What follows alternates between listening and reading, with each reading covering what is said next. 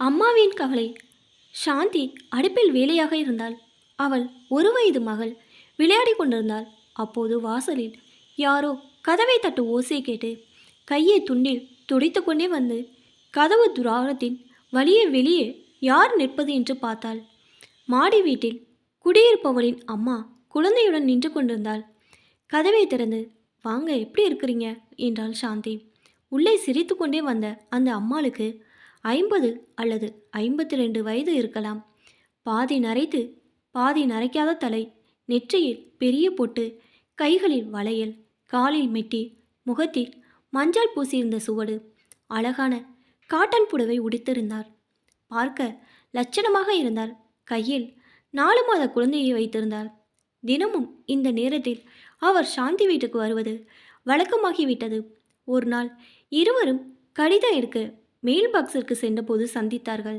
சாந்தி தன் மகளிடம் தமிழ் பேசுவதை கேட்ட அந்த அம்மா சாந்தியிடம் வந்து, நீங்கள் தமிழா?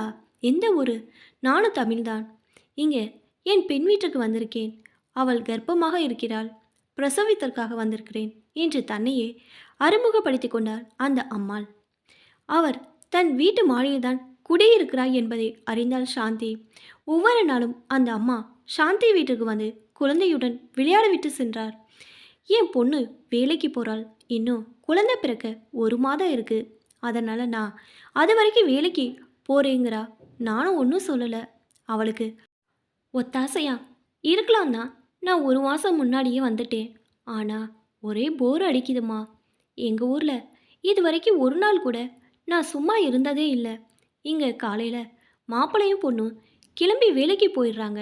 நான் மட்டும் தனியாக கொட்டு கொட்டுன்னு உட்காந்துருக்கேன். குழந்தை பிறந்துருச்சுன்னா கொஞ்சம் வேலை இருக்கும்.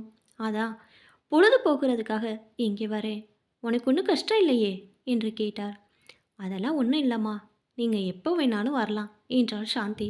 இப்போது மகளுக்கு ஆண் குழந்தை பிறந்து 4 மாதம் ஆகிவிட்டது.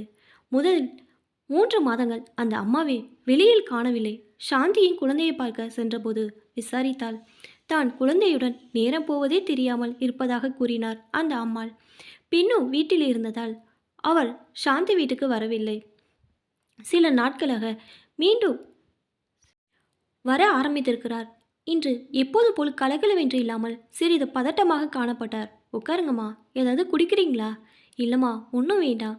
சமைச்சிட்டியா? என்ன சமையல் இன்னைக்கு? சமையல் ஆகிக்கிட்டே இருக்கு. வெண்டிக்காய் சாம்பார், முட்டைக்கோசு பொரியல், ரசம். நீங்கள் என்ன சமைச்சிங்க? இன்னைக்கு அமாவாசை, நான் ஒரு பொழுது, அதனால் இப்போ ஒன்றும் சாப்பிட மாட்டேன். ராத்திரிக்கு தோசை. ஏன் ஒரு மாதிரியாக இருக்கிறீங்க? உடம்புக்கு ஏதாவது செய்தா? அதெல்லாம் ஒன்றும் இல்லைம்மா. இன்னும் 10 நாளில் ஊருக்கு போகணும். இந்த குழந்தைய நினச்சாதான் மனசுக்கு கஷ்டமாக இருக்குது. யாரோ ஒரு ஃப்ளிப்னோ உட்காரிக்கிட்ட விட போகிறாளாம். அவள் என்ன பேசுவாளோ, என்னத்தை பார்த்துக்க போவாளோ நினச்சாலே வயிற்ற கலக்குது. நான் ஊருக்கு கூட்டிக்கிட்டு போய் வளர்த்துக்கிறேங்கிறேன், அதுக்கும் ஒத்துக்க மாட்டேங்கிறா.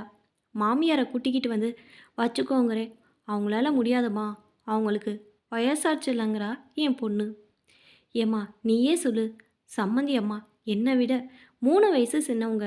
என்னால் முடிகிறப்பா அவங்களால முடியாதா? அவங்கள மட்டும் ரத்தம் சதையமாக படைச்சிட்டு என்னை மட்டும் கல்லால் செஞ்சு சாந்தாலையாக பூசியிருக்க ஆண்டவன். ஏம்மா இவ்வளோ கோவப்படுறீங்க?